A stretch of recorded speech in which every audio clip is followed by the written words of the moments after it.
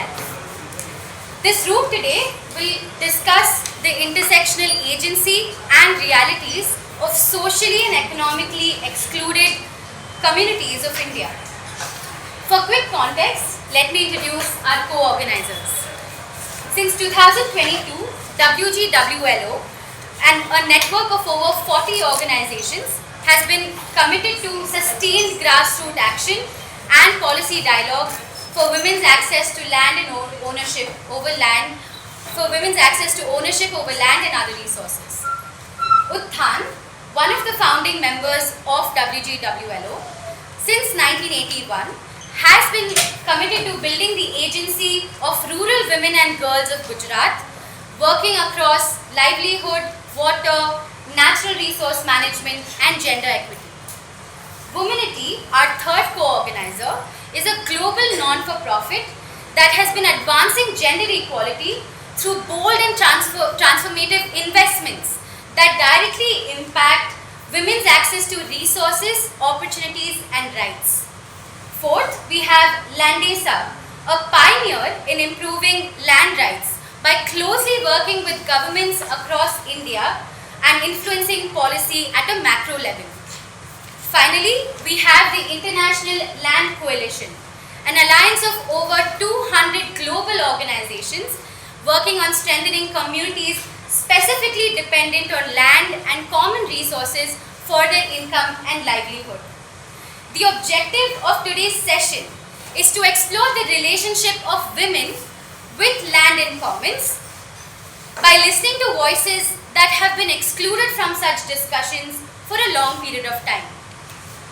Trans women, Muslim women, salt pan farmers, fisher folks and leaders, grassroots leaders rather, from diverse Indian geographies. Second, to understand the factors that strengthen or weaken their right to land and commons, how they tackle such problems and their hopes for the future. And finally, it is to also understand how you and I and all of us can support this movement forward. Without further ado, I invite the panelists to take their seat. Our first panelist, Damini Regde, a trans woman leader from Mumbai and president of the Pragati Social Organization. With 15 years of work on HIV/AIDS and organizing within the Padlingi or the trans community, she now partners with Koro India to advance equal property rights, legal access and housing security for the Padlingi women. Ibrana Naz. We have Ibrana Naz, a gender rights activist from Patna. She is also a poet. She also writes poems. She works deeply on women's empowerment, child protection and social inclusion and gender justice. Her advocacy, especially for Muslim women's rights to inheritance and property, brings a very crucial and important lens to the dialogue we are having today.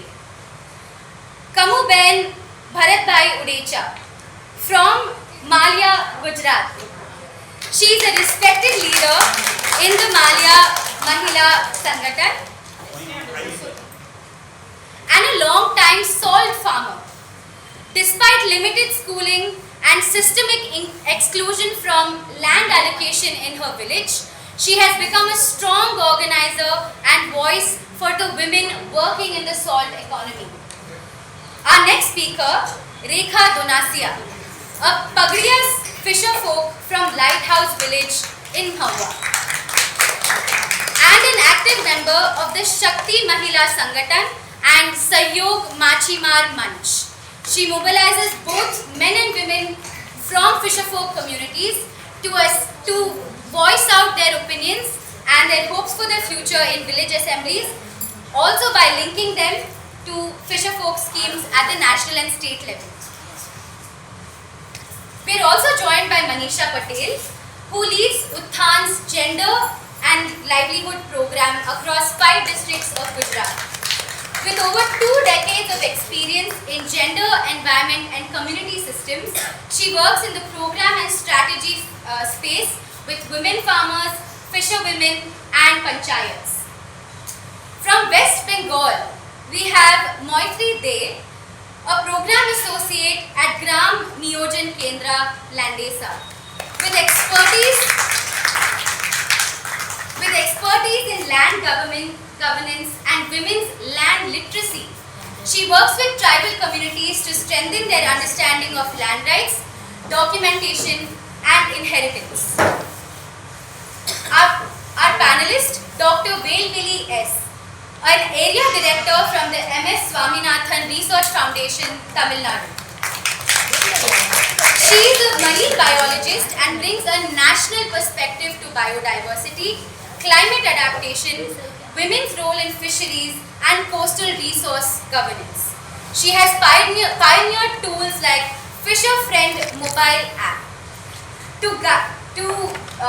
Finally, we have Charu Jain, a fellow at the National Council of Applied Economic Research, working across education, gender, socio-economic development. She brings experience from land, policy research, agriculture, housing and industrial establishments. To moderate today's dialogue, we have our moderator Pallavi Sopti Rajpal, who brings with her both experiences from Utthan and as a board member of the WGWLO with specific perspective to women's access to land and resources, both at policy and grassroots levels. With that, let's begin. I'd like Pallavi to moderate us. Hi everybody. भाषा के तौर पे everybody English, Hindi, इसको ज़्यादा क्या भाषा में comfortable है? इंग्लिश में सबसे ज़्यादा लोग कौन इंग्लिश नहीं ज़्यादा कंफर्टेबल है? कितने लोग? तो हिंदी कंफर्टेबल है सबको? हिंदी ओके। और इंग्लिश में भी है कोई लोग जिनको हिंदी नहीं आएगा, तो can be telling us. I think language के तौर पे क्वेश्चंस नहीं, पर अगर कुछ समझ ना आए तो प्लीज़ स्टॉप करके आप हाथ ऊपर करिएगा। पैनलिस्ट में भी इंग्लिश, हिंदी, गुजराती तीनों भाषा होगा, तो I keep trying to translate and somehow. तो थोड़ा सा लेट शुरू हुआ है क्योंकि आई थिंक सब कोई चर्चा में बहुत ही व्यस्त थे लास्ट सेशन में, but I think it's a good start. और आज का जो पैनल है बहुत सारे अलग अलग दूर दूर से सब आए हैं, तो हम लोग ने ऐसा सोचा है कि 2 राउंड करेंगे, जो आपके साथ बात हुई है। तो सबको जो अलग अलग जो समुदाय के साथ काम कर रहे हैं या वो खुद उस समुदाय से ही हैं, तो पहले तो उस समुदाय के क्या प्रश्न है उसके ऊपर हम क्या चैलेंजेस है, we will focus on that. और उसके बाद अभी क्या बदलाव आया है, नेगेटिव, पॉजिटिव, और क्या ज़रूरी लग रहा है हमारे पैनलिस्ट को, इसके बारे में हम चर्चा करेंगे। और 15 मिनट फिर हम लोग ट्राई करेंगे depending on the time for the next session कि हम थोड़ा ओपन क्वेश्चंस किसी को हो तो पैनलिस्ट से हम लोग डिस्कशन कर सकते हैं, कोई कमेंट्स क्वेश्चन हो। So I think I will just start quickly कि ये सत्र को एक्चुअली साथ में लाने का पर्पस ये था कि आदिवासी महिलाएं, पास्टोरल महिलाएं, बहुत सारे अलग अलग प्रकार के हमारे ऑक्यूपेशंस में भी महिलाएं जुड़ी हुई हैं, अलग अलग समुदायों, अलग अलग धर्म से भी हैं, पर इतने सारे ऑलरेडी WGWLO आज 5 पैरेलल सेशन कर रहा है, पर तभी भी इस पैरेलल सेशन में जो महिलाएं या जो कम्युनिटी रिप्रेजेंटेड है वो शायद दूसरे पैनल में नहीं है, इसके लिए ज़रूरी लगा कि एक और पैनल तो होना ही चाहिए। और ख़ास यहाँ पे बात हम ये कर रहे हैं कि महिलाओं का ज़मीन या संपत्ति का प्रश्न तो है ही, पर ये सिर्फ एक महिला की तरह जो हमारी आइडेंटिटी है या ओळख है, सिर्फ उसके ऊपर डिपेंडेंट नहीं होती है। मैं कौन से समुदाय से हूँ, कौन से धर्म से हूँ, मैं क्या पेशा में काम कर रही हूँ, वो एक बहुत बड़ा फैक्टर इसमें प्ले करता है। तो वो ही लाने की कोशिश हम यहाँ कर रहे हैं। तो मैं दामिनी से रिक्वेस्ट करूँगी कि अगर वो शुरू कर सकते हैं कि उनके मुताबिक कि खास जब ट्रांसजेंडर कम्युनिटी है, जब वो महिला वो ट्रांसजेंडर कम्युनिटी के प्रतिनिधि जब जमीन, संपत्ति, प्राइवेट हो, पब्लिक हो, जब ये लेने का जाते हैं या अपने हक के बारे में बात करते हैं, तो क्या चैलेंजेस आते हैं? तो प्लीज़ आप खड़े होकर बैठ के जैसे भी बात कर सकते हैं, क्योंकि सुनाई देगा। सभी को नमस्कार। मेरा नाम दामिनी, मैं कोरो इंडिया से हूँ और मैं पार्लिंगी जो समुदाय है, ये अभी पार्लिंगी जो शब्द हम यूज़ करें ट्रांस के लिए, ये अभी नया है, पर बहुत सारे लोगों के बीच में मालूम है कि ट्रांस जेंडर, ट्रांस वगैरह, ट्रांस वुमन होता है। तो मेरा जो काम है पार्लिंगी समुदाय के साथ जो प्रॉपर्टी राइट्स के ऊपर है, और वैसे तो पार्लिंगी समुदाय को प्रॉपर्टी में कहाँ पे भी हिस्सा नहीं मिलता है, क्योंकि जहाँ पे हमारी पैदाइशी होती है, जो माँ बाप के घर में हमें इनडायरेक्टली निकाल दिया जाता है, वो अपनाते नहीं है, तो वहाँ पे तो प्रॉपर्टी देना ही, का नाम भी देने के लिए ये नहीं करते। जब हमारा जेंडर पैदाइश अलग होता है, जब हम कुछ उम्र के बाद हम हमारा खुद का जेंडर चेंज करने का ये करते हैं, तभी हमारा नाम भी हम चेंज करते हैं। उस समय भी वो ये प्रॉपर्टी के लिए प्रॉब्लम आते हैं। जिस समुदाय से हम जुड़ते हैं, पार्लिंगी समुदाय से हम जुड़ते हैं, वहाँ पे जो प्रॉपर्टी का ये होता है, संपत्ति का जो देखा जाता है, तो वहाँ पे कायदा ये सिखाता है कि तुम्हारा जो खून का रिश्ता है, वो खून का रिश्ता कितना मायने रखता है। तो ऐसी जो ये जो संपत्ति में जब काम करते समय हम संपत्ति प्रॉपर्टी राइट्स के बारे में जब बात करते हैं, और शायद पार्लिंगी समुदाय के वजह से, पार्लिंगी समुदाय होने के वजह से हमें कहाँ पे भी जॉब वगैरह का जो ये नहीं मिलता है, और इनडायरेक्टली कोई जगह वगैरह हमें खरीदी करनी होती है, और उसके लिए हमें लोन वगैरह जो प्रोसेस होती है, लोन की प्रोसेस वगैरह हमें गवर्नमेंट के थ्रू से नहीं होती, या कोई भी बैंक बैंक के यहाँ से नहीं, क्योंकि हमारे पास कोई डॉक्यूमेंटेशन नहीं होने की वजह से ये प्रॉब्लम आते हैं। और इसमें ऐसी भी बात होती है कि जो पार्लिंगी समुदाय जो एक ढांचे में जो है, उनके जो कल्चर है, तो इसमें भी गुरु शिष्य परंपरा जो है, गुरु शिष्य परंपरा जब एक साथ रहती है, तो गुरु के बाद की जो प्रॉपर्टी है, तो एक गुरु के अंदर 10, 10, 2 या 5 जितने भी शिष्य हैं, तो उनमें से किसी एक को ही दिया जाता है, किसी एक को दिया जाता है। तो जो अलग जो ये उनमें झगड़े चालू हो जाते हैं, तो वहाँ पे भी देखा जाता है कि गुरु की सबसे, यानी गुरु का जो कल्चर है वो चलाने वाला कौन नहीं करता, जिसमें जो यानी हमारे कल्चर में जो उनका जो नाम आगे लेके जा सकता है, तो उसके ऊपर ज़्यादा फोकस दिया जाता है। तो इसमें पैदाइशी लेके मरने तक जब हमारा ये भी होता है, तो मरने के बाद भी हमें जो जमीन वगैरह रहती है दफन करने के लिए, अग्नि संस्कार देने के लिए, वो भी मिलने के लिए बहुत मुश्किल होती है, बहुत बार। तो ये इसलिए होता है क्योंकि लोगों के बीच में जेंडर के बारे में अभी तक जानकारी नहीं है। बहुत सारे लोगों को बस 2 ही जेंडर को देखा जाता है, मेल एंड फीमेल को देखा जाता है, पर ट्रांस को इतना ही नहीं देखा जाता है। ट्रांस के बारे में लोगों का अभी भी ये है, शायद मैं कितना भी ऑफिशियली काम करूँ और मैं रास्ते से चलती हूँ, तो लोगों के ध्यान में एक ही कि ये किन्नर है और इनको हम पैसे देके दुआ लें। ऐसा है कि हम खुद को बदलने की सोच जो हमारे दिल में रहती है, तो लोग समाज है, जो समाज है, समाज बदलने नहीं दे। समाज के बीच में जो अभी भी है कि कोई हमें खुद के साथ या कोई की कंपनी में ये नहीं कर सकते। पार्लिंगी होने की वजह से मैं खुद पार्लिंगी समुदाय के लिए काम कर रही हूँ, पर मेरे लिए जो संस्थाएं काम कर रही है उनको वो प्रश्न मालूम नहीं है पार्लिंगी की, जो जितने मुझे मालूम है, क्योंकि पार्लिंगी में आने वाले जो इस प्रॉपर्टी माँ बाप के नाम से लेके जो भी नाम जब हम चेंज करते हैं, तो वो डॉक्यूमेंटेशन की वजह से प्रॉपर्टी में हिस्सा नहीं मिलता है, उसमें प्रॉब्लम आ जाते हैं। Okay, thank you Damini. बहुत ही इम्पोर्टेंट मुद्दे आपने शेयर किए। मैं आगे प्राणा से रिक्वेस्ट करूँगी आप शेयर अगर कर सकें।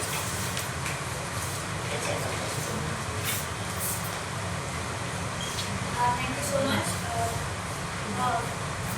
जब हम मुस्लिम महिलाओं की बात करते हैं तो कई बार हमारे मन में एक खाका पहले से बना होता है कि ये जो मुस्लिम महिलाएं हैं वो बहुत ज़्यादा एजुकेटेड नहीं होंगी और इनको कई बार दबाया जाता है। अब मतलब एक खाका ऐसा होता है कि उनको हिजाब होगा ही, और जब दिखाया जाता है तो वो मतलब हिजाब में ही अगर दिखाया जाता है। लेकिन इन सब के अलावा मुस्लिम महिलाओं की ज़िंदगी में और भी बहुत सारे प्रॉब्लम्स हैं, जैसे कि एक महिला होने के नाते हम उसको 2 तरीके से देखते हैं। एक तो है कि हम एक महिला हैं, तो हम जो इस देश में जो महिलाओं की स्थिति है, वो तो हमारी स्थिति है। उसके अलावा हम एक माइनॉरिटी महिला है, तो वो दूसरा जो हमारे साथ होता है वो भी हमारे साथ एक दो तरह की चीज़ें हैं। तो इसमें हम जब देखते हैं समाज में, और खास करके जब हम अपने हिस्सा की बात करते हैं, प्रॉपर्टी राइट्स की बात करते हैं, तो जब मैंने स्टार्ट किया था इस पे काम करना, तो मैं महिलाओं से सबसे पहले मेरा सवाल ये था, मुस्लिम महिलाओं से, कि क्या आपको पता है कि जो हमारा जो संपत्ति है उसमें महिलाओं को कितना हक मिलता है अपने घर के प्रॉपर्टी में। तो उनका ये कहना था कि हमारी तो शादी हो जाती है और हमें तो पैसा मिल जाता है, तो फिर हमें हमारी संपत्ति में क्या हिस्सा मिलेगा। कुछ महिलाओं ने बताया, उसमें से कुछ महिलाओं ने बताया कि हाँ कुछ हिस्सा मिलता है, वो हमारे भाइयों से कम मिलता है। तो कितना, ये एक्चुअली पता नहीं है। तो सबसे पहली बात है कि जो कानून है, चाहे वो शरिया कानून हो या फिर जो हमारे देश का कानून प्रॉपर्टी राइट, तो इसका जो अवेयरनेस होना चाहिए, उसका वो अवेयरनेस नहीं है। और जो शरिया लॉ भी है, वो इस तरीके से उसमें बातें की गई है, उसको डिकोडिफाई करना बहुत ही मुश्किल है, समझना बहुत ही मुश्किल है। इसमें मैं एक एग्जाम्पल भी पेश करना चाहूँगी। जैसे मेरी मम्मी ही है, तो मेरे पिताजी की तो डेथ हो गई, तो एक इसमें ऐसे कानून होता है कि अगर एक पति की डेथ हो जाती है, उसमें तो मेरे जो दादा जिंदा थे और उसी बीच में मेरे पिताजी की डेथ हो गई उनके प्रेजेंट में, तो वो जो संपत्ति का जो हिस्सा है वो उसकी पूरी फैमिली को वो नहीं मिलेगा। ऐसा एक मिसकंसेप्शन है हमारे में, और ये चीज़ें बार बार कही जाने लगी, उनके बाद ये चीज़ें कही जाने लगी। तो मैंने कहा कि ठीक है, अगर आप इस तरीके से इसको पेश करते हैं तो हमारे पास इंडिया का कानून है, हम उसके तहत भी लड़ाई लड़ेंगे। तो जब ये चीज़ें महिला खुद आकर के जब ये बोलने लगती है, तो सामने वाला भी कंफ्यूज होता है कि अच्छा इसमें ऐसा कुछ है क्या। तो मैंने कहा, तो ये, और मैंने बहुत सारी जो एडवोकेट्स हैं उनसे ये बात हमने पूछा कि क्या ऐसा कुछ है इसमें, तो लोगों को इसके बारे में पता नहीं है एक्चुअली। ये जो चीज़ें हैं, इस तरह का जो कानून, जो एक सोच भी है, वो नहीं पता है। तो इस तरह से हम लोग जो है वो, हमारे पास लॉ की जानकारी नहीं है, हमें इन चीज़ों की जानकारी नहीं। दूसरा जो है, जब हम बात करने जाते हैं तो हम जैसे समाज में पेट्रियार्की, पितृसत्तात्मक समाज जो है, तो वो सेम चीज़ें इस्लाम में भी है। और यहाँ भी जब एक औरत अपने हक की बात करने जाती है, स्पेशली जब प्रॉपर्टी राइट्स की बात करने जाती है, उनसे यही कहा जाता है कि आप जो है, आप कैसे, आपका जो परिवार है वो छूट जाएगा, ये तो भाई का हिस्सा होता है। और इसी में मुझे बानो मुश्ताक जी के, जो अभी उनको हार्टलैंड में अवार्ड भी मिला, हार्टलैंड उनकी बुक है, उन्होंने बहुत अच्छे तरीके से उसमें प्रेजेंट किया है। बानो मुश्ताक जी ने किस तरीके से एक जो महिला है, मुस्लिम महिला है, वो अपने भाई से संपत्ति का अधिकार मांगने गई, तो उसको किस तरीके से कहा जाता है कि तुम क्या कर रही हो, तुम्हारा घर टूट जाएगा, तुम्हारी चीज़ें जो है वो खत्म हो जाएगी, क्या तुमको अपने परिवार से नाता नहीं रखना। तो ये दूसरी चीज़ें है। तीसरा जो है वो, महिलाएं जो है वो, क्योंकि हम बचपन से ही, मतलब इस तरीके से कि हम किसी के ऊपर डिपेंडेंट हैं, तो अगर हम केस फाइल करने के लिए जाते हैं या आगे लीगल प्रोसीजर के लिए बहुत हम लोग अगर मोटिवेट करते हैं, तो उन महिलाओं के पास पैसा भी नहीं होता है, क्योंकि ऑलरेडी हम दूसरे के ऊपर डिपेंडेंट हैं। तो ये जो है, तो अगर हमारे पास पैसा होगा ही नहीं और ये जो लीगल पूरा प्रोसेस है, तो वो हम इसके लिए कहाँ जाएंगे। और चौथा जो सबसे बड़ा प्रॉब्लम है कि जब आप समझा करके, बुझा करके और बाकी चीज़ें करके जब आप कोर्ट में भी जाते हैं, तो हम सब जानते हैं कि कोर्ट्स में भी जो महिलाओं के मुद्दे पे महिलाएं ज़्यादा चल जाती हैं। तो कितना प्रेजेंटेशन है वकील का, महिला वकील का कितना प्रेजेंटेशन है, ये भी हमें देखना होगा। और वहाँ भी ये चीज़ें सिखा दिया जाता है, ज़्यादा समझा दिया जाता है कि ये आपके घर का मैटर है, ये आप घर में ही सॉल्व करो, क्यों यहाँ पर आप इस तरह की चीज़ों को लेकर के आ रहे हैं। तो इस तरह के जो चैलेंजेस हैं वो लगातार जो है वो मुस्लिम महिलाएं जो है वो फेस कर रही हैं। और मैं उसमें वही बार बार जोड़ना चाहूँगी कि हमें डिस्करेज कई बार किया जाता है बाकी लोगों की तरह ही। और एक बार एक गिल्ट भी, अब कई बार जब समझाने के बाद भी हम जब महिलाओं से बात करते हैं, तो हमारे अंदर वो जो गिल्ट बैठा दिया गया है कि ये मेरे भाई का हिस्सा है, हम उसमें से वो हिस्सा लेने जा रहे हैं। तो उस गिल्ट को जो निकालना है वो भी एक बहुत, और ये एक सोशल चेंज है, सोशल नॉर्म है, इसको बदलाव में बहुत समय लगेगा। तो ये भी एक बहुत बड़ा मतलब एक मुद्दा है जिस पे हम लोग अभी लगातार काम कर रहे हैं और आगे भी इस पे कॉम्प्लिकेटेड है क्योंकि जब महिला खुद भी महिलाओं का जो कॉमन प्रश्न है वो तो है ही, बट जब समुदाय को एक तो देखने का जो नज़रिया है लोगों का, स्ट्रक्चर्स का, उससे भी बहुत ज़्यादा इम्पैक्ट महिलाओं के लैंड राइट्स रियलाइजेशन पे पड़ता है. वीमेन राइट करूँगी कमोबेन તમે તો થોડું કહી શકો કે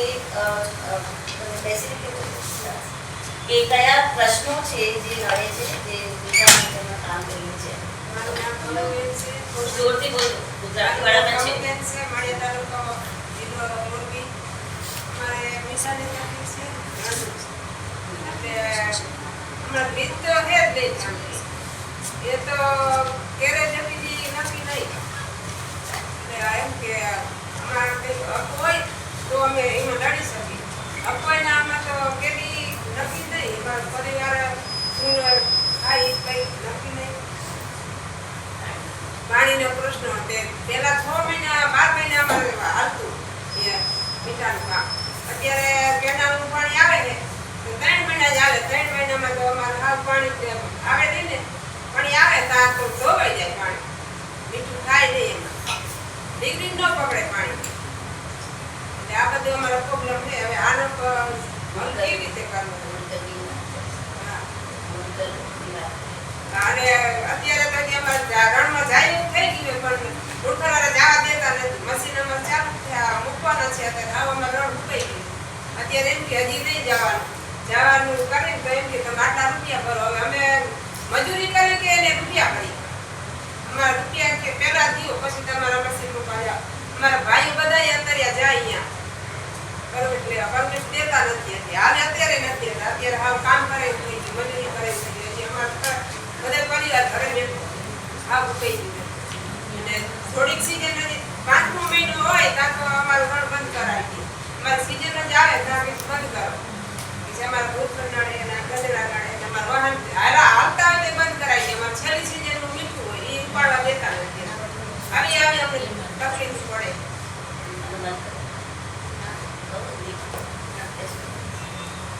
तो कमूबेन ने जो बोला, सॉरी कमूबेन ने जो बोला बेसिकली कि वो शॉर्ट पैन फार्मर है, मीठा के अगर में काम करते हैं और लैंड की सिक्योरिटी उनके पास नहीं है क्योंकि ये कोई भी प्रकार का सिक्योर टाइटल उनके पास नहीं है.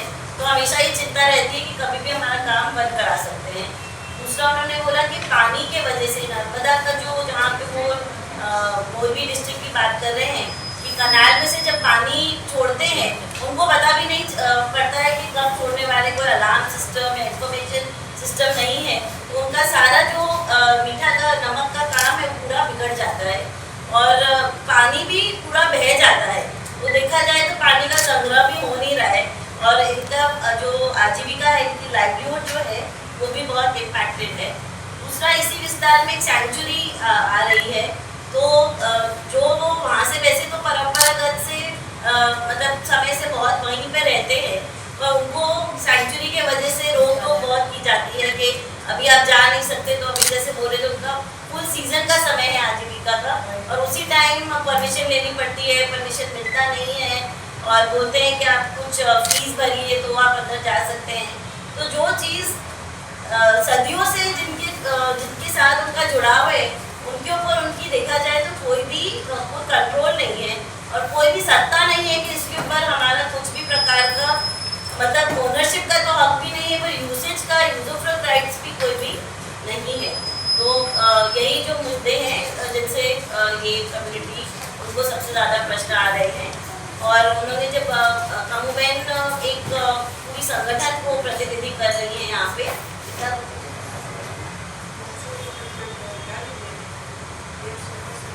200 women का उनका संगठन है, उससे ज़्यादा शायद, और सब मिलके इन प्रश्नों पे काम करने की कोशिश कर रहे हैं. I now invite Rekhaben. Rekhaben हमें गुजराती में रेखाबेन माछीमारी के साथ जुड़े हुए हैं और पकड़िया माछीमार हैं जो बोट्स और मैकेनाइज फिशिंग में नहीं बल्कि चल के वेट करके पानी में मछली पकड़ने का काम, उस तरीके से उनका काम करते हैं. મારું મારું નામ રેખાબેન છે અને મારા ગામનું નામ કતપર છે અને મોવા તાલુકો છે. અમે માછીમારીએ છીએ. મોટા જહાજોવાળા અંદર આવે છે અને નાની જાળી નાખીને નાની મોટી બધી માછલીઓ પકડીને વ્યા જાય છે અને બીજા મોટા જહાજોવાળા ઓઇલ અને બીજો કચરો દરિયામાં નાખે છે. તેથી માછલીઓ ઘણી ઓછી થઈ ગઈ છે અને અમારા દરિયાકાંઠા વિસ્તારમાં સતત વાવાઝોડા આવે છે. એના કારણે અમારા મકાનો કાચા હોય છે તે ઘણીવાર પડી જાય છે અને અમે દરિયાઈ પટ્ટામાં રહીએ છીએ. અમારે પાકા મકાન પણ એમાં કરી નથી શકતા. તો અમારે BPL કાર્ડ હોય છતાં અમે ફોર્મ ભરવા જઈએ તો અમને ના પાડે છે કે દરિયાઈ પટ્ટામાં પાકા મકાન ન બનાવી દઈએ. તો અમારે એ પણ વાંધો છે અને અમારે લાયસન્સ 100 કિલોમીટર દૂર જવું પડે છે લાયસન્સ કઢાવવા. એમાં એક ઘરના 4 જણ હોય તો 4 જણના ટિકિટ ભાડાનો ખર્ચ, એના ચા પાણીનો ખર્ચ અને એના આખા દિવસની 4 જણાની મજૂરોનો અમારે ઘણો નુકસાન થાય છે. रेखा ने बहुत सारे पॉइंट्स एक्चुअली एकदम ब्रीफ में बहुत अच्छे से बोले. मुझे याद नहीं आया मेंशन जो हाउसिंग जो सबसे लास्ट में उन्होंने कहा कि अगेन यहाँ पे भी जैसे प्रमोबेन ने जैसे बोला फिशर folk को भी कोई भी सिक्योरिटी नहीं है क्योंकि ये कोस्टल ज़मीन है तो ऑफकोर्स कोई प्राइवेट ओनरशिप की बात नहीं है यहाँ पे. पर कोई भी यूसेज राइट्स भी नहीं है या कस्टमरी राइट्स कुछ भी लिखित में कुछ भी नहीं है. तो एक कंटिन्यूड इनसिक्योरिटी है कि कभी भी हमको यहाँ पे ना बोल सकते कि आपको ये अलाउड नहीं है. उन्होंने हाउसिंग की बात करी कि यहाँ पे हमारे घर कच्चे भी हैं. हम हमारे पास BPL फॉर्म है पर हम जब योजना का लाभ लेने चाहते हैं या करने चाहते हैं तो हमको रिफ्यूज़ कर देते हैं कि इस ज़मीन पे आपका हक नहीं है तो आपको कोई भी योजना भी नहीं मिलेगी. तो कॉन्स्टेंटली जो हाउसिंग की जो साइक्लोन और क्योंकि कोस्ट पे रहते हैं तो साइक्लोनिक एक्टिविटी या क्लाइमेट चेंज के जो इवेंट्स है उससे उनको उनके घरों को भी बहुत नुकसान होता है. ऑफकोर्स उन्होंने ये भी कहा कि क्लाइमेट चेंज की वजह से फिश का जो कैच है वो भी कम हो गया है क्योंकि ये बोट्स यूज़ नहीं करते हैं. और जो बड़े बोट वाले हैं सबके अपने अपने कायदा के मुताबिक कितने किलोमीटर जा आ सकते हैं सब फिक्स्ड है.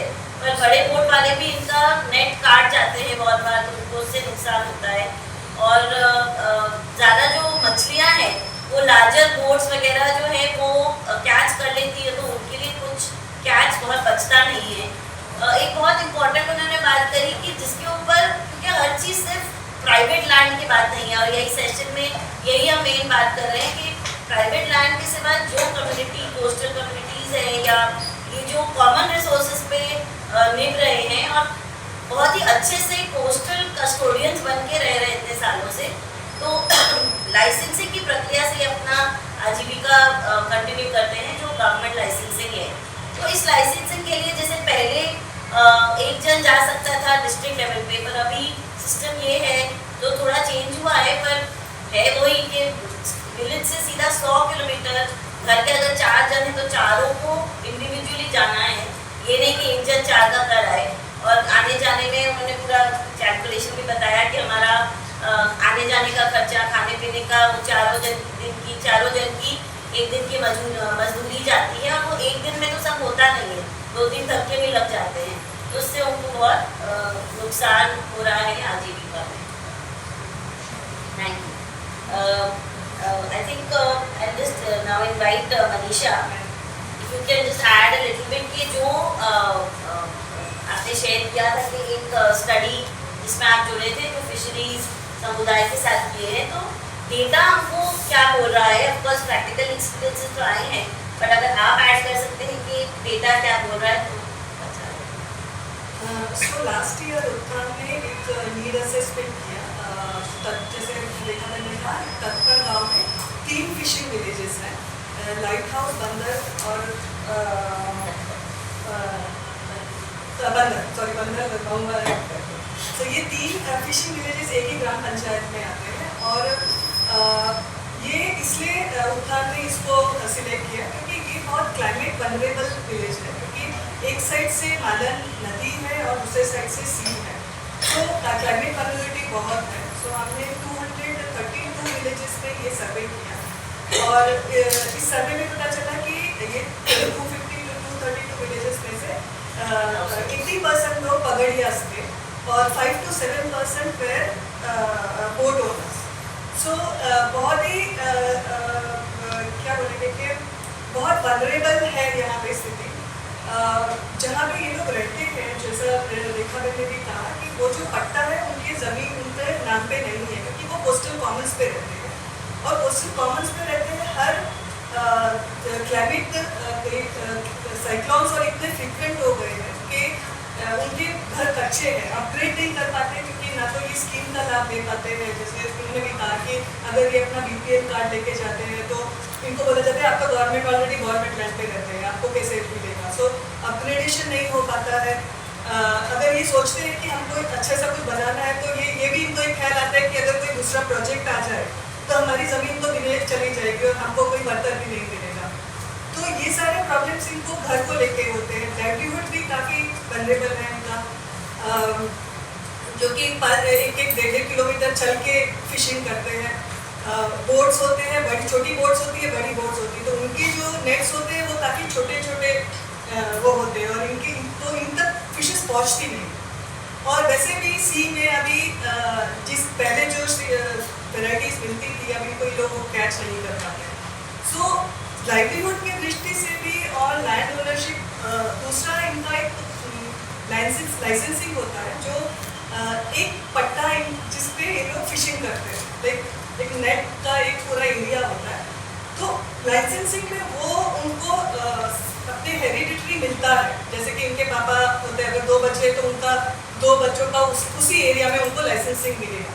लेकिन हमने ये नोट किया कि इसमें कहीं महिलाओं का नहीं आता ना, ये हमेशा भाइयों के नाम पे ही ये लैंड जो जहाँ पे लोग फिशिंग करते हैं, और तो ओनरशिप नहीं होती, लेकिन लाइसेंसिंग भी उस हिसाब से होता है, क्योंकि वुमेन्स ज़्यादा सेलिंग और पोस्ट हार्वेस्टिंग जो है उसमें इन्वॉल्व है रेदर देन फिशिंग करने में।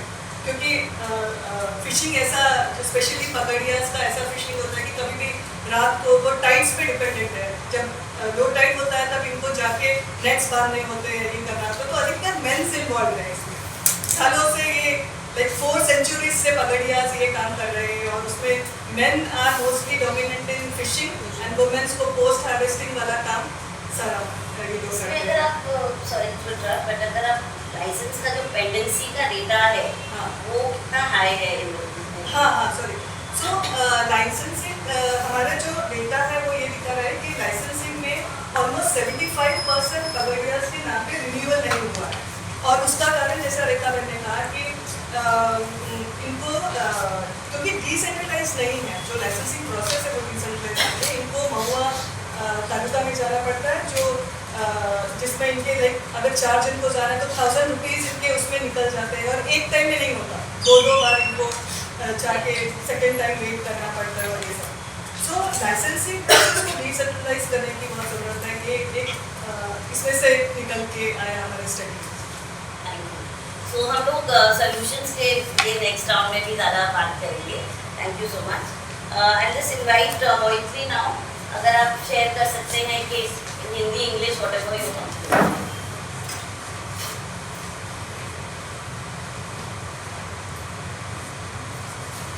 अगर आप अभी फोकस कर सकते हैं कि चैलेंजेस क्या है।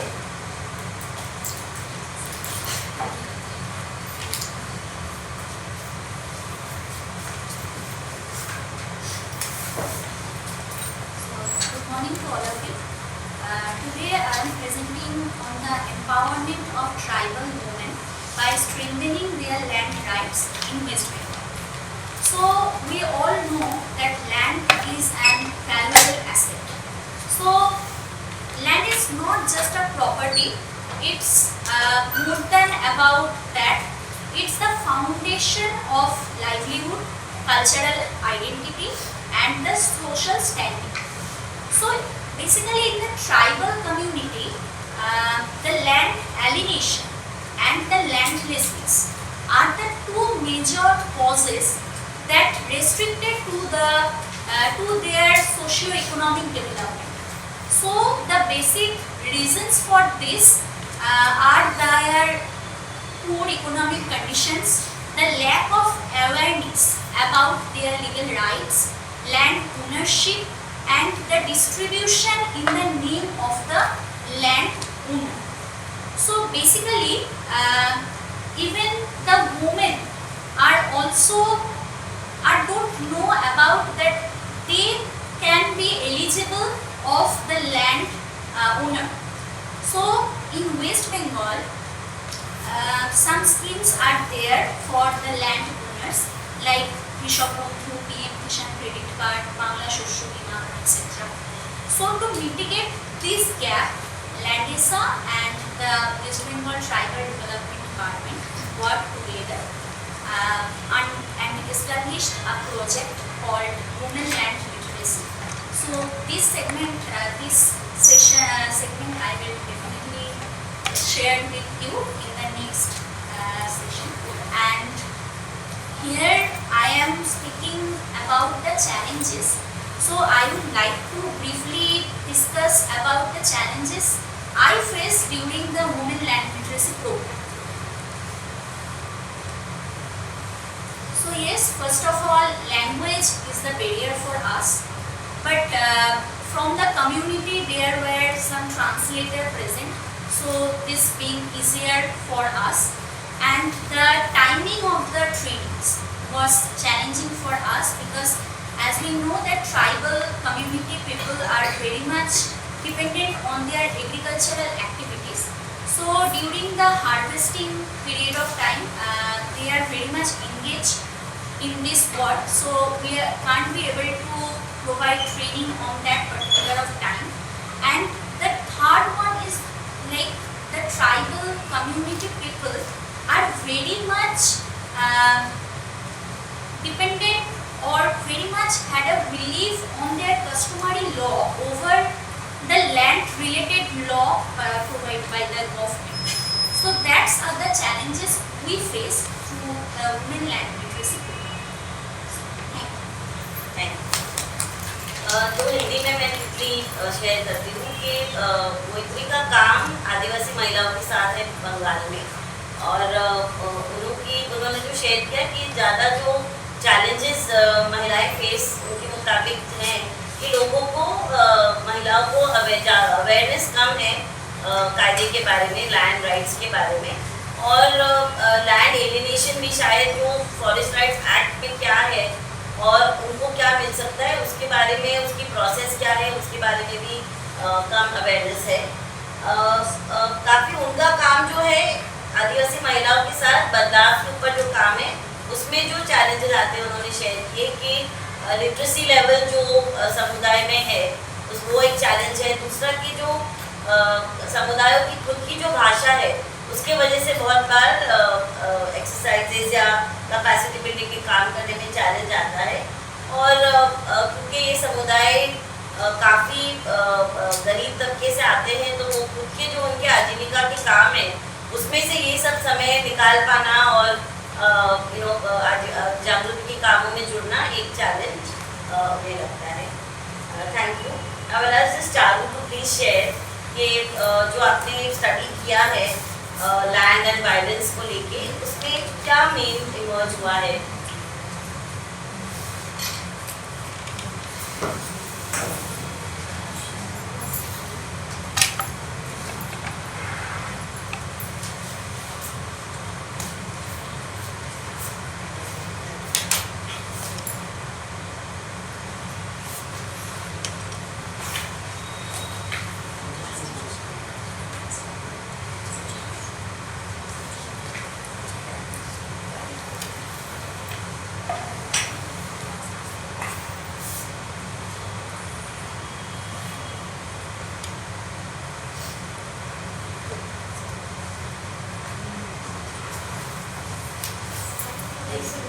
हाँ जी, आप हिंदी बेटर तो मैं यहाँ से एक जो सबने जो भी अपना प्रैक्टिकल एक्सपीरियंसेस जो बताए हैं कि किस तरह से अलग अलग कम्युनिटीज़ में जो लोग रह रहे हैं, जो कॉमन लैंड्स में रह रहे हैं, उनको लैंड राइट्स को लेकर दिक्कत होती है।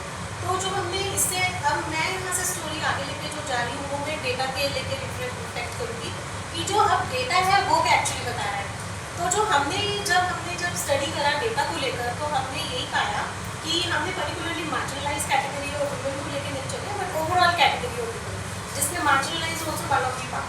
तो जब हमने उसमें देखा तो हमने देखा कि जब वुमेन को लैंड मिल भी जाता है तो स्टोरी वहाँ भी ख़त्म नहीं हो रही है, क्योंकि एक बार लैंड मिलने के पास भी उनको उसके बाद उनको दिक्कतें क्या होती हैं कि उनको सिंगल टाइटल्स नहीं मिलते हैं।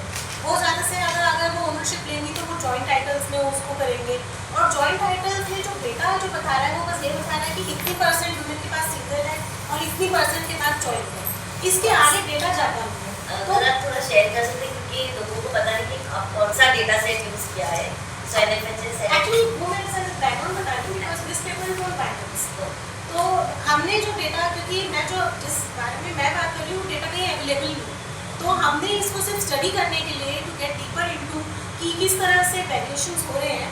जो स्टेट के जो रेवेन्यू पोर्टल्स होते हैं वहाँ पे सभी लोगों के जो भी लैंड ओन करते हैं रूरल पे, उनके डिजिटल लैंड रिकॉर्ड, क्योंकि अब डिजिटाइजेशन ऑफ लैंड रिकॉर्ड्स की बात होती है, तो इन रिकॉर्ड्स को हमने 12 स्टेट्स के लिए 12,000 रिकॉर्ड्स को हमने वहाँ से डाउनलोड करा, और हमने उनके अंदर सारी डिटेल्स पढ़ी कि किस तरह का जो विमेन का जो लैंड ओनरशिप हो रहा है उसमें किस तरह की प्रॉब्लम्स आ रही है, क्योंकि विमेन के पास कितना शेयर है ये डेटा कहीं अवेलेबल नहीं है, ये एग्रीकल्चर भी नहीं दे रहा और कोई भी ऑर्गेनाइजेशन नहीं देती। एग्रीकल्चर सेंसस में भी शेयर है पर वो हाउस होल्ड लेवल पे है, इंडिविजुअल लेवल विमेन कितना होल्ड कर रही है वो नहीं है। जॉइंट टाइटल्स हैं, 4 लोग मिलकर लैंड होल्ड कर रहे हैं, पर उसमें कितनी नंबर ऑफ विमेन है वो डेटा कहीं अवेलेबल नहीं है। तो इस तरह की चीज़ों को स्टडी करने के लिए to get a deep dive हम लोगों ने डिजिटल लैंड रिकॉर्ड्स लोगों के डाउनलोड करे, और वहाँ से हमने जेंडर का डेटा पूरा स्टडी करा, जिसमें हमें यही पता चला कि वुमेन लैंड ओन भी करती है तो ज़्यादातर जॉइंट टाइटल्स में करती है अपने हस्बैंड्स के साथ या और मेल मेंबर्स के साथ। उन जॉइंट टाइटल्स में भी ज़्यादातर जो है प्रीडोमिनेंट मेल ओनर्स होते हैं, फीमेल्स का नंबर बहुत कम है। अब जो उनके पास 1-2 नंबर्स आ भी गए हैं जॉइंट टाइटल्स में, उनका जो शेयर उसमें होता है, जो लैंड का पोर्शन है, जो साइज है वो बहुत छोटा है। उसके बाद उनके पास इंफीरियर क्वालिटी ऑफ लैंड है। अब क्वालिटी ऑफ लैंड आप कैसे देखोगे, इरिगेटेड है या रेनफेड है। जब हमने इन पैटर्न्स को एनालाइज किया तो हमने देखा कि छोटे शेयर्स भी हैं और उसके बाद इंफीरियर क्वालिटी भी है, तो यानी कि लैंड एक बार उनके नाम पे हो जाए वही काफ़ी नहीं है, उसके बाद भी स्ट्रक्चरल बहुत वेरिएशंस और अलग अलग स्टेजेस में डिसएडवांटेज हो रहे हैं। अब इसके बाद स्टोरी ये है, क्या आज अगर मेरे पास लैंड है और मैं अगर एक मैरिड वुमेन हूँ तो क्या मैं इकोनॉमिक एम्पावरमेंट हूँ, क्या मैं अपने मेरे बार्गेनिंग पावर, मेरी डिसीजन मेकिंग पावर क्या मेरे घर में बढ़ रही है। तो लोगों को यही लगता है कि एक बार जब हमने लैंड किसी के नाम कर दिया वुमेन के, तो वो सशक्त हो, उनके पास सब कुछ आ गया है and they have more stronger decision making power, वो इकोनॉमिक एम्पावर हो। But this is not the story, क्योंकि जो NFHS डेटा पे जब हमने एनालाइज करा, जो इंटीमेट पार्टनर वायलेंस होता है अपने हस्बैंड्स के थ्रू, जो उनको वायलेंस जब दिया जा रहा है, कई तरह का वायलेंस है, इसमें फिजिकल वायलेंस है, मार पिटाई हो रही है, इंजरीज हो रहे हैं, उसके बाद इमोशनल वायलेंस है कि थ्रेटन किया जा रहा है उनको इतना दबा दिया जाता है कि वो अपने डिसीजन ही नहीं ले पाते, अपने रिलेटिव्स अपनी फैमिलीज के घर वो विजिट नहीं कर पा रही है, उतना भी डिसीजन नहीं है उनका। उसके बाद सेक्सुअल वायलेंस, उसकी भी जो है अगर आप देखेंगे तो उसकी भी प्रोपोर्शन इज़ वेरी हाई।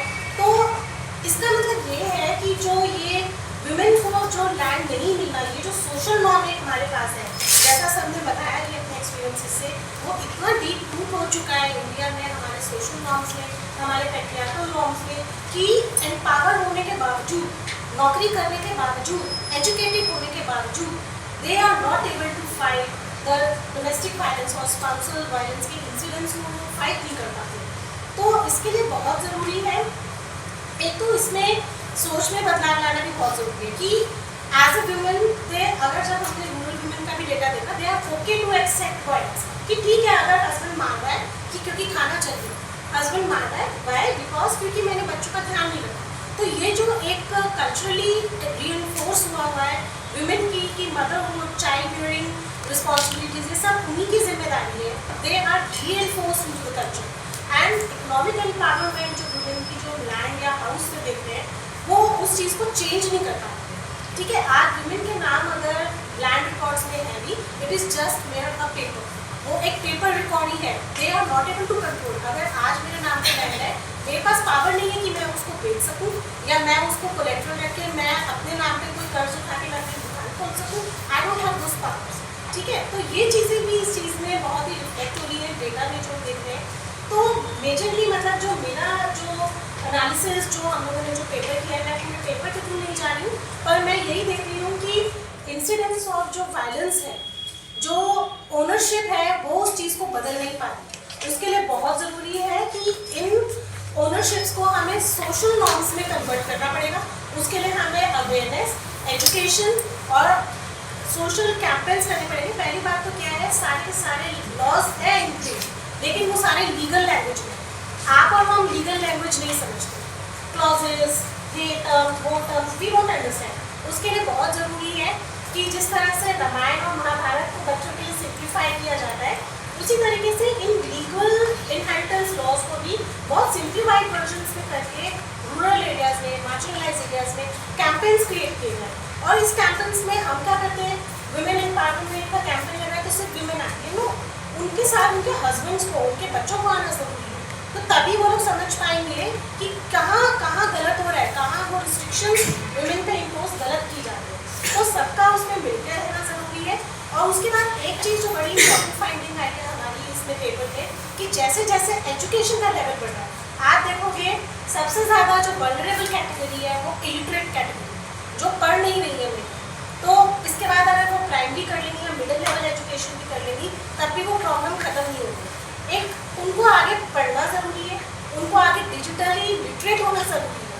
और इसके बाद जो डेटा है वो भी हमारा जो है वो क्लियर पिक्चर नहीं। एज ए रिसर्चर मैं ये कह रही हूँ कि जो डेटा हमारे इंडिया के लेवल पे बहुत सारे डेटा सेट्स हैं, उन सब में इतने वेरिएशंस हैं, इतनी उनकी मेजरमेंट की प्रॉब्लम है कि हमारे आगे क्लियर पिक्चर ही नहीं आता। तो जब तक रिसर्च ठीक से नहीं होगी, जब तक हम मुद्दों को ठीक से नहीं पढ़ पाएंगे और सामने प्रेजेंट नहीं कर पाएंगे through data, we will not be able to give the solutions to the problem at the bottom. Thank you Charu. तो चारू ने अपने दोनों ने शेयर किया, तो आई थिंक उन्होंने नेक्स्ट क्वेश्चन में भी सेगवे कर ही लिया ऑलरेडी कि क्या करना चाहिए महिलाओं के स्तर पे, जैसे need for awareness, campaigns community level पे, जो उन्होंने बात इम्पोर्टेंट बोली कि मेन को भी और चिल्ड्रन को भी इसमें इंक्लूड करना चाहिए, but at the data level, at the policy level, जो अवेलेबिलिटी ऑफ डिसएग्रीगेटेड डेटा, जिसके बारे में बहुत लोग काफ़ी टाइम से बात कर रहे हैं, ये सेक्स डिसएग्रीगेटेड डेटा ही नहीं है, तो एनालिसिस या इशू को पूरी तरह से समझने में ही एक बहुत बड़ा गैप है। So thank you Charu, and I think I can just segue into next के दामिनी है, इंद्राना है, आप लोग अगर शेयर कर सकते हैं एक करके। या so maybe if you can focus more on the issues from your national perspective. Thank you, Ji. Yes, my colleagues already explained about what the fisher women really facing in the local situation. Actually, before going to start my the issue kind of thing, I just give the national perspective. So the India is we have around 11,000 approximately 11,000 kilometer coastal line. So mostly 80% of the people, those who are in the coast, they are coming from the small scale fisheries sector. So they are the one give us the fish for feed. They are giving feed for all, fish for all. So whatever fish we eat from the marine sources, so all captured by the small scale fisheries living in the 8 coastal districts of coastal states of our country. So coming to the sector, the women, particularly the women. Actually, the women is the integral part of the fisheries sector, particularly in the small scale fisheries. You take from the harvest to the post harvest. There are different processes are there. So even for preparation of the fish and coming to the net vending and cleaning, processing, packaging, vending, marketing. So in all the value chain process, the women are involved. But again, as like other sector, their role is invisible in nature. That is one point. The second point is that when government, when they have formulated any kind of schemes for the fisher folks, they take just like the fisher people. So in the fisher people, most of the schemes targeting for the mechanized sector. So if you take there is the last PMM6 scheme. So all the schemes are only targeting the people, those who are affordable for 20 lakhs loan, for 50 lakhs loan, 10 lakhs loan. But what about the small scale fishers? They are not even having small boat, not even having any kind of assets. So what is the scheme for them? So even for this, the women focused scheme. Second, small scale sectors neglected, but even in the small scale fisheries, the women, fisher women, are totally neglected. So you take the last scheme, only 3% allocated for the women focused schemes. So this is one of the major discrimination what we have seen on the national levels. Then second thing is like organization like us. So when we work with the community, we are also just feel like government. So we have worked with the fishermen, we have worked with the small scale sector. Even in the fishermen, even the small scale sector, there are a lot of intersectionalities are there. So fishermen, pet loaders, even in the small scale fishery sector. The housewives is one sector, household women are one sector. Women in processing is another sector. Women in street vending is there. Pet loaders are there. So like that, the intersectionalities are there. So each of their vulnerabilities are different. So when we formulate any scheme or any work, even as a NGOs, as a researcher, when we see the fisher people, so we have to see the people on that particular lens. So that we will reach them and we will in a focused manner and address their issue in a focused way. So that is the critical point I just wanted to highlight here. Then coming to the today session, particularly this conference kind of thing. In the coastal areas, so the traditional panchayat is very strong. So wherever you go, village level, they have the traditional system. So the traditional system, they are the one who manage the common resources of the particular village. In the traditional system, there is no women participation. So even though it is whether it is a pond or it is a landing center or it is a fish drying yard or anything else, so the women are they are the critical user of the common lands, but their representation is not there. So whenever any decision taken, so it is in a patriarchal decisions, not in a inclusive decisions. So that is one of the things. The second thing is that now you take all the government schemes, again I am coming to the schemes only. Not only government scheme, even in private sector, they are targeting on the coast. Because for coast in many areas. So for tourism, for beautification, for asset building, for hotels, everything. But whatever this infrastructure, so which land they are targeting? They are targeting the local people, particularly the women, those who are involved in the place for net mending, drying yard and fish processing sector. Those lands are targeted for this kind of sectors.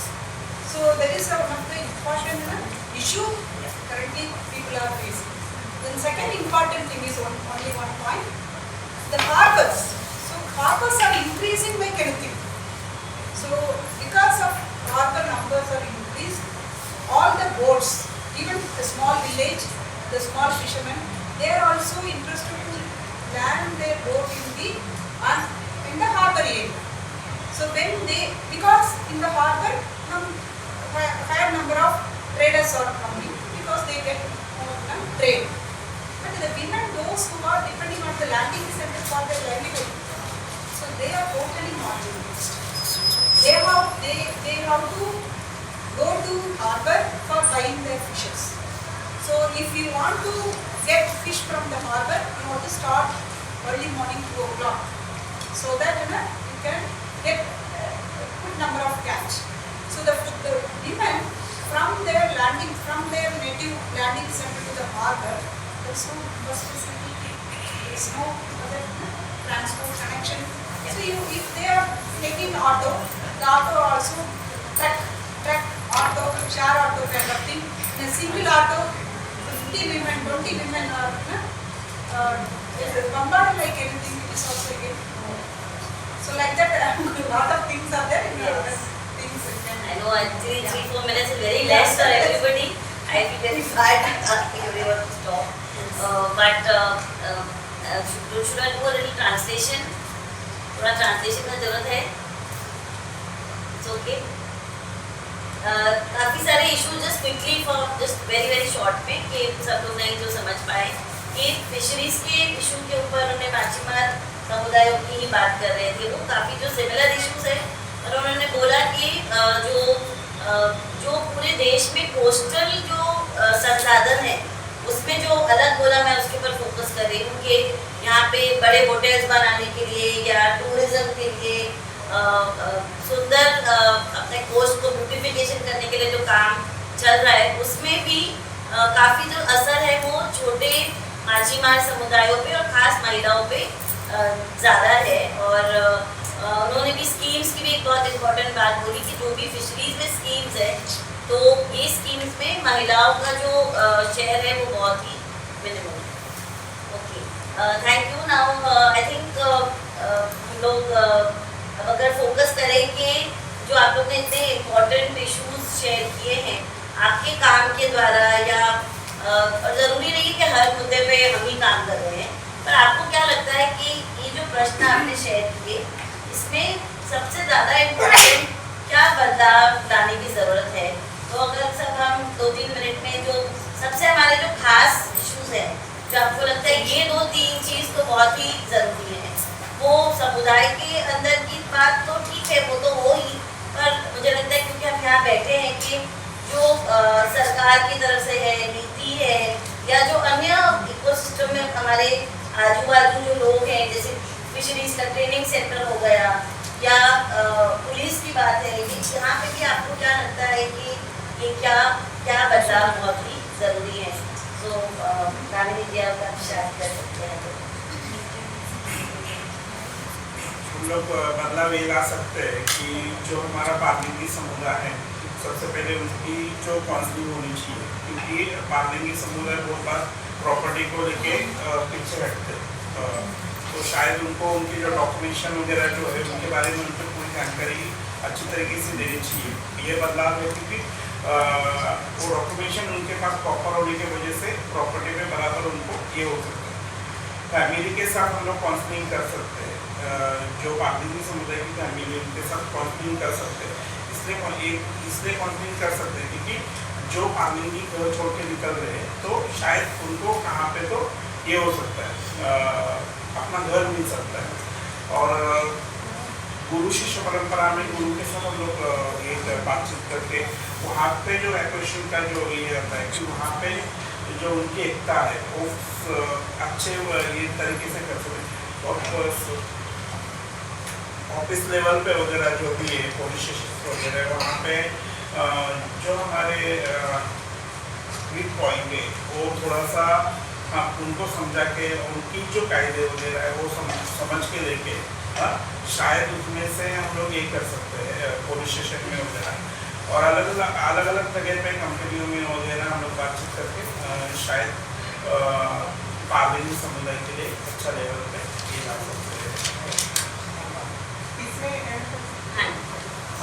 जैसे कि ट्रांसमेंट property right को लेके जो भी हमारे यहाँ 4 महीने में कैंपेन हुआ उसमें हमने जब ये एक्सपीरियंस लिया तभी हमें ये पता चला कि जो भी ट्रांसमेंट प्रॉपर्टी राइट्स में जो भी वारसा हक है, वारसा हक में जो भी अगर वारसा हक लड़का लड़की को मिलता है उसमें हमें ट्रांसजेंडर ऑप्शन आ जाए तो वो जो भी ट्रांसजेंडर व्यक्ति उसको मिलेगा. और कानून में ऐसी अलग से धाराएं भी होनी चाहिए कि ट्रांस कम्युनिटी को वो कायदा मिलना चाहिए. और जब ट्रांस कम्युनिटी के लोग अगर वो मतलब वो अधिकार मानते हैं संपत्ति अधिकार का तो उसको एक स्पेशल प्रोटेक्शन एक्ट भी आना चाहिए, क्योंकि जब ट्रांस व्यक्ति ही अगर संपत्ति अधिकार मांगता है तो उसके ऊपर बहुत सारी केसेस होती है. वो उनका संरक्षण का बहुत प्रोटेक्शन का बहुत मुद्दा इशू होता है, तो उसको पहले वो संरक्षण होना चाहिए, वो भी कायदे में आना चाहिए.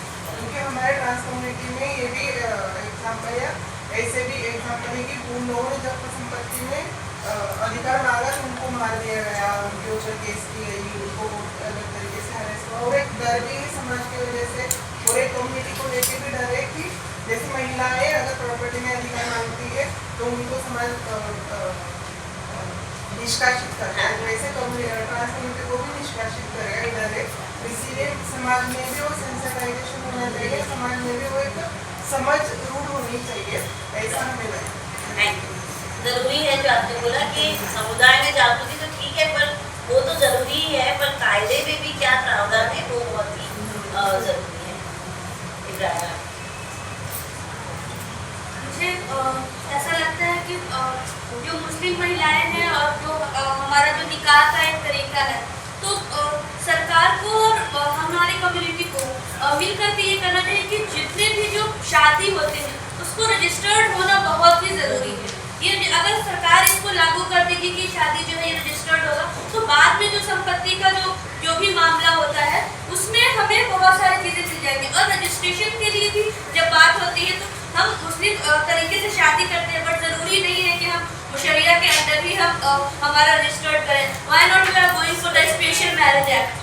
तो हम स्पेशल मैरिज एक्ट के तहत अगर हम रजिस्टर्ड करवाते हैं तो वो सारे अधिकार हमें मिलते हैं जो आम नागरिकों या बाकी चीज़ों में मिलते हैं। तो हमें ये इस चीज़ों को ज़्यादा से ज़्यादा जागरूक करने की ज़रूरत है, ज़्यादा से ज़्यादा सरकार को भी और अपने कम्युनिटी को भी, कि ये एक ऐसा पहलू है जिस पे हमें बहुत ज़्यादा काम करने की ज़रूरत है और इससे एक बहुत बड़ा मसला हल हो सकता है।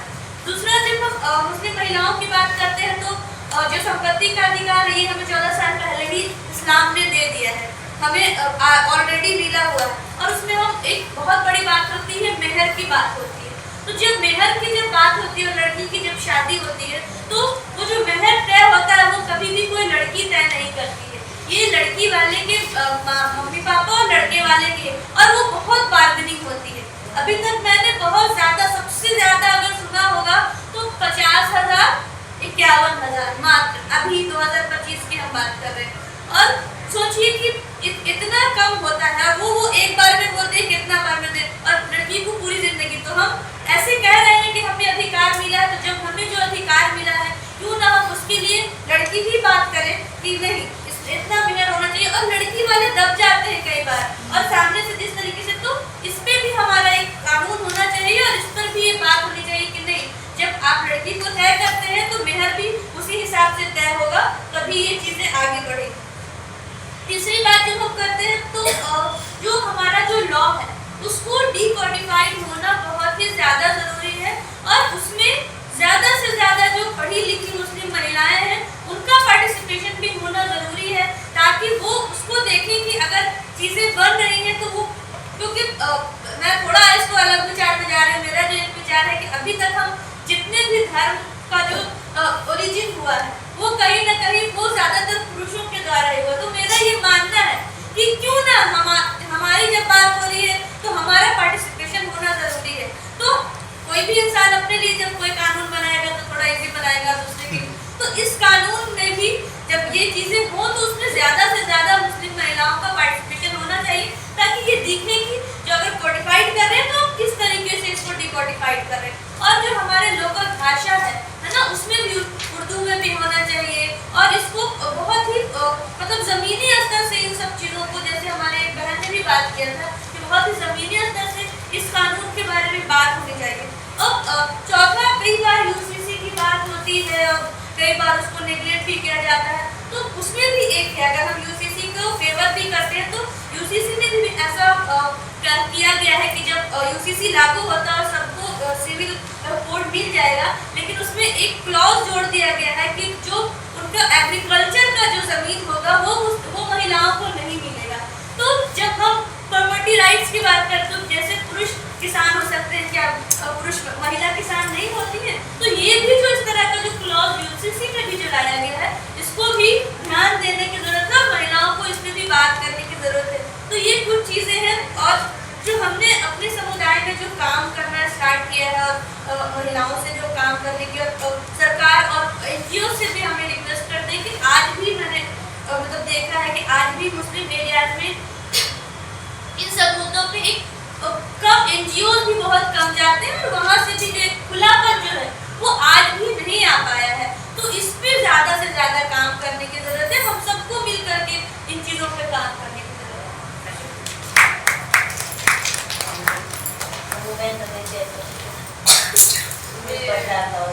ઘટનાના એમ કે અમને એમાં હક મળે ને તો અમે કરી શકીએ, નકર આ તો કે કંપની આવે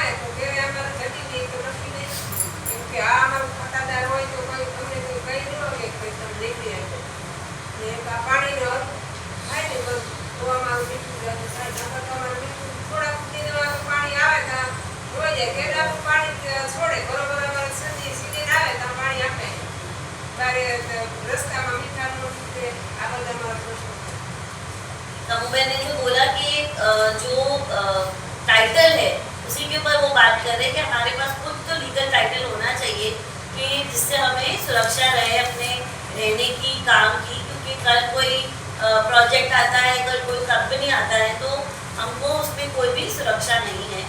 और दूसरा उन्होंने अपने जो पानी की प्रश्न की बात करी कि उनके आजू बाजू के विस्तार में से जो कनाल का पानी छोड़ा जाता है उसमें उनको लगता है कोई भी प्रकार की नीतिगत भी बदलाव लाने की जरूरत है या कुछ सिस्टम जरूरी है ताकि वो उनके बिना जाने पानी छोड़ा ना जाए और जिसकी वजह से उनका पूरा आजीविका के ऊपर असर होता है वो भी ना हो। ये दो चीज़ों की बात हाँ देखा तो लायसन में बदला पेला एक जण जातो तो 4 જણાના કાઢી લાવતા ને હવે એક જણ 4 જણાને જવું પડે એમાં થોડો બદલાવ અને અમારા મહુવા તાલુકામાં માલણ બંધારાનું પાણી આવે છે તો એમાં અમારા ઝાડને બધાને નુકસાન થાય છે તો ખેડૂતોને વરસાદથી નુકસાન થાય છે તો એની સહાય વળતર મળે છે અમને કાંઈ મળતું નથી। એક તો અમારા દરિયાઈ પટ્ટા વિસ્તારમાં અમે પાકા મકાન નથી બનાવી શકતા તો એ સરકાર અમારી જમીન અમારા નામે કરે। ये 3 बहुत इम्पोर्टेंट पॉइंट रेखा बहन ने बोले कि एक तो पहले जब सिस्टम था कि एक जन परिवार से जाके 3-4 जन का लाइसेंस का काम कर सकता था डिस्ट्रिक्ट लेवल पे, वो सिस्टम क्यों अभी हम लागू नहीं कर सकते कि विकेंद्रित सिस्टम की जो वो बात कर रहे हैं कि लाइसेंसिंग की प्रक्रिया सिंपल होनी चाहिए क्योंकि उन्हीं की उसी के ऊपर उनका पूरा आजीविका चलता है। दूसरा उन्होंने बोला कि जब ज़्यादा बरसात होती है तो जो जमीन आधारित खेडूत है उनको तो गवर्नमेंट कॉम्पनसेशन अनाउंस करती है तो हम लोग जो काम कर रहे हैं वो तो साइक्लोन और क्लाइमेट चेंज की वजह से बहुत ही असर है तो हमारे लिए कुछ कॉम्पनसेशन के बारे में भी सोचा जाना जरूरी है फिशर folk के लिए। और तीसरी उन्होंने बात करी कि हाउसिंग की जो एक बेसिक हर जन हम जहाँ रह रहे हैं उसकी जो सिक्योरिटी की बात उन्होंने भी की, अमूबा ने भी बात करी कि हमारे पास कुछ तो लीगलाइज टाइटल होना चाहिए, पट्टा होना चाहिए, लेखित में कुछ होना चाहिए जिससे कि हमको हाउसिंग की सुरक्षा मिल सके। और हम जो स्कीम गवर्नमेंट के हैं जो हम बीपीएल से उन्होंने जो बात करी पहले कि हमारे पास बीपीएल कार्ड है पर हम उस स्कीम का फायदा नहीं ले पा रहे। मनीषा आपको कुछ ऐड करना है अगर एडिशनली? एक और पॉइंट मैं ऐड करना चाहती हूँ, जैसे फिशिंग कम्युनिटी सबसे वनरेबल कम्युनिटीज है क्योंकि वो बहुत कोस्ट लाइन से नजदीक रहती है तो हाउसिंग के साथ सैनिटेशन हमारा जो हमने जो स्टडी की उसमें ये भी निकल गया है कि सैनिटेशन भी बहुत खराब है क्योंकि घर कच्चे हैं उसमें पानी की सुविधाएं नहीं है, ये नहीं है, सो स्कीम्स भी वहाँ तक पहुँच नहीं पाती है। तो और जैसे इन्होंने भी कहा कि छोटे मछुआरों के लिए स्कीम्स की बहुत कमी है। एक तो जैसे विश्वकर्मा है जिसमें नेट बनाने का के प्रोविजन है और साइकिल और ऐसे, लेकिन वो इसलिए नहीं मिल पाता क्योंकि लाइसेंसिंग नहीं है। जैसे हम लोग आज ही आप शेयर कर रहे थे कि 10 लोगों के में से एक जन के पास लाइसेंस है तो वो वही उसी का अप्लाई किया, अभी तक एक जन को ही मिला है वो साइकिल का मसला। सो इन्होंने जो पॉइंट कहे लाइसेंसिंग के बारे में और लैंड टेन्योर के बारे में, वो दिखते छोटे हैं कि उसी में सारा आधार है, तो वो अगर एक बार मजबूत होगा तो बाकी सारी सुविधा या रिसोर्सेस है वो फिशर फोक्स को अच्छे से मिल पाएंगे। Thank you. एक छोटा पॉइंट जोड़ना था, जिस तरह से कोस्टल एरिया का स्टडी कर रहे हैं, हमारे यहाँ के भी जो फिशर कम्युनिटीज़ हैं उनके साथ ही एक PhD स्कॉलर ने अपनी स्टडी करी है। उन्होंने कहा कि जितना चैलेंज हमें मतलब स्टडी में दिखता है कि जितना चैलेंज हमें क्लाइमेट चेंज की वजह से नज़र आ रहा है उतना ही या तो शायद से कुछ ज़्यादा ही मार्केट फोर्सेस की वजह से दिख रहा है कि बड़े मछुआरे जो आ रहे हैं, मतलब बड़े जो कंपनीज के लोग आ रहे हैं, उससे छोटे मछुआरे पहुंच गए उनके पास छोटा फिश, कम फिश, ये सबसे बड़ा इलाका है जहाँ एक्चुअली फिश होता है सॉल्ट वाटर और स्वीट वाटर का मिक्स होना, जहाँ पे लोग ब्रीड करते हैं। अब वो नमक वालों ने ऊँचे बंड्स बना दिए हैं तो यहाँ ब्रीडिंग स्पेस ही कम हो गया है, तो प्रॉन्स नहीं है, प्रॉन्स की साइज कम हो गई है, प्रॉन्स अपने आप में इतना अच्छा एक तरह से लाइवलीहुड प्रोवाइड करते थे वो भी कम हो गया है। तो ये भी कहीं ना कहीं हम कौन सी इंडस्ट्रीज आ रही हैं उसको रेगुलेट करने वाली पॉलिसी की भी जरूरत है। policy now. Because maybe you can just add, because the same fisheries का issue है. So what are the most important things which you feel where change is important, or at the level of fisher folk, or from your side maybe more at the level of policy or Yes, actually now we have seen some changes, especially the awareness level at the community level, even at the decision making level. So that awareness is positive. That is one side. Then second, actually, the women also, the collectivization of the women also happened in the form of SNGs, or cooperatives, or farmers producer companies for negotiation, for trading, for marketing. This is also one of the important aspect. And the policy shift also, in certain cases we have seen, especially for example, if you take Tamil Nadu, so one scheme called the Vidiyal Payana. So Vidiyal Payana is special provision for women, free buses for women. So that helps the mobility of the women from, for example, the remote areas to the fishing harbour, remote areas to the town. So that mobility is, mobility is a major factor. So that is fine. And recently they have also, so both the state and central government joined together. So farmer scheme called the seaweed for mainly targeting for women seaweed cultivators, as well as the linking them with the traders. That is the idea. So that is also one of the good move. But what we want to achieve, or we want to highlight in the policy forum is that now government or any other people, those who are working on the coast, they have seen this a kind of each and individual issues are separate. So for example, livelihood is one side, infrastructure is the other side, health is one side, education is the other. But we need an integrated approach.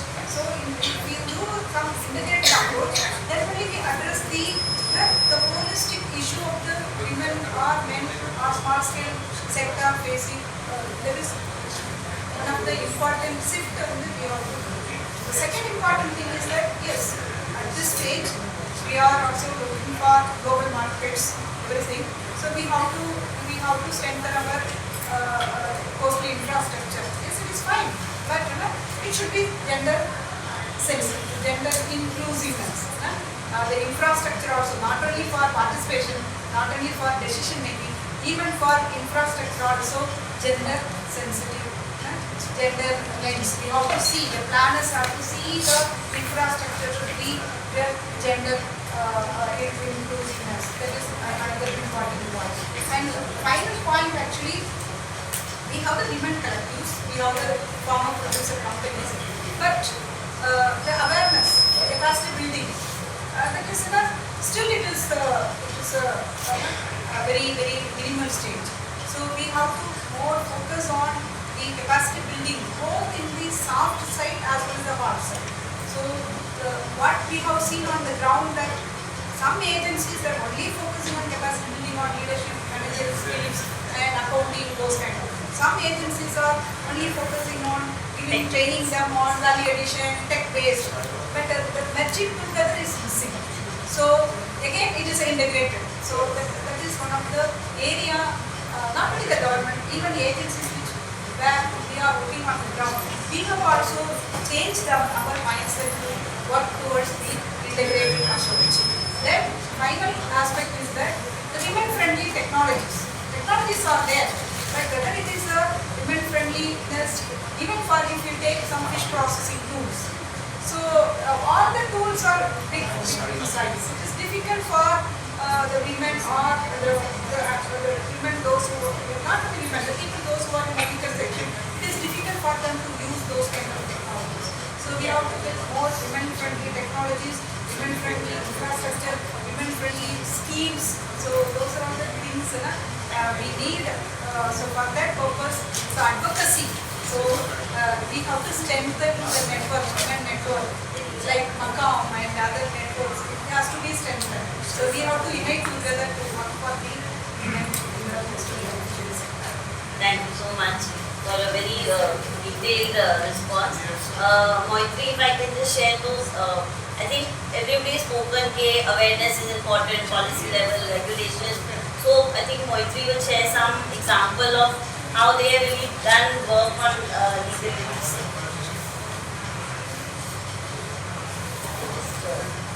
Go to video presentation.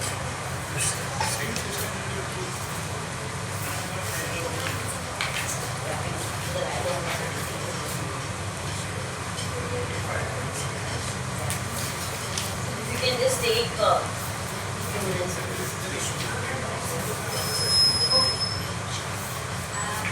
So the Tribal Development Department and Landisa come together and established a women land literacy program. So the West Bengal Tribal Development and Cooperative Corporation, that is WBTECC, is the apex body, and under that these LAMS were present, that is large size multipurpose cooperative society. This is the cluster federation of SHGs, and we choose the LAMS to channelize the whole WLA program, that is Women Land Literacy program. So the tribal community women are the member of the LAMS. So from there we established some master trainer. We provided the training to them, and gradually or eventually the LAMS level trainers were also developed. So here that's how we developed a pool of trainers, and those who further provide the training about land literacy to the SHG women to aware them about the land.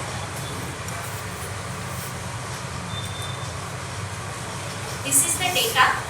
In West Bengal, there are 4 districts where WLA program are running. So here the total number of LAMS is 63 in the 4 districts, and till now the 19.5K women are trained in the land literacy program. Okay, and now as I can see the way forward that those the women are the master trainer and the LAMS level trainers who are also act as a service provider, because from the field whenever they provide the training to the community level, they faces some queries about related to land. So further the plan was to establish a LAMS facilitation center where the tribal community people can come and get the services regarding the land record updation. So by this with a minimal cost. So by this system the service provider, means the LAMS level trainer or the master trainer, also gets some money over it. So that leads to the overall community development and providing the land related documents updation, as well as the women who are the service provider also can get the money of it. So which leads to their financial stability as well as their empowerment. That's it. So thank you very much to everybody. We have less time, पर अगर कोई एक या दो बहुत ही burning सवाल अगर हैं वो हम लोग अगर हम बाहर कॉरिडोर में भी ले सकते हैं, पैनलिस्ट यहीं पे हम लोग से साथ में हैं, बिकॉज नेक्स्ट सेशन भी शुरू करने के लिए लोग बाहर हैं.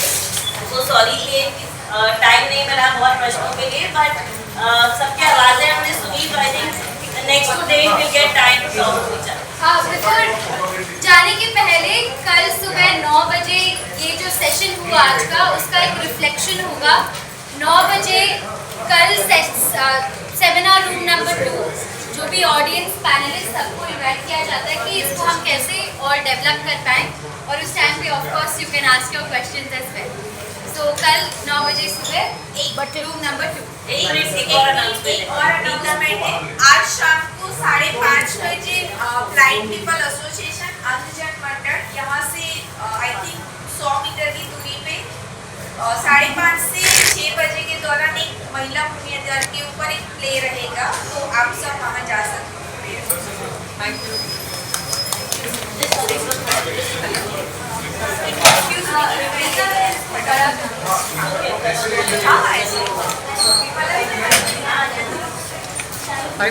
ले लो।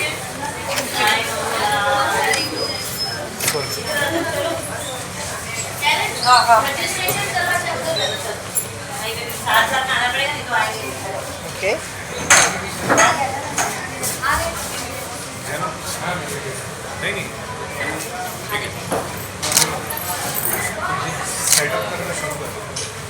Mineral okay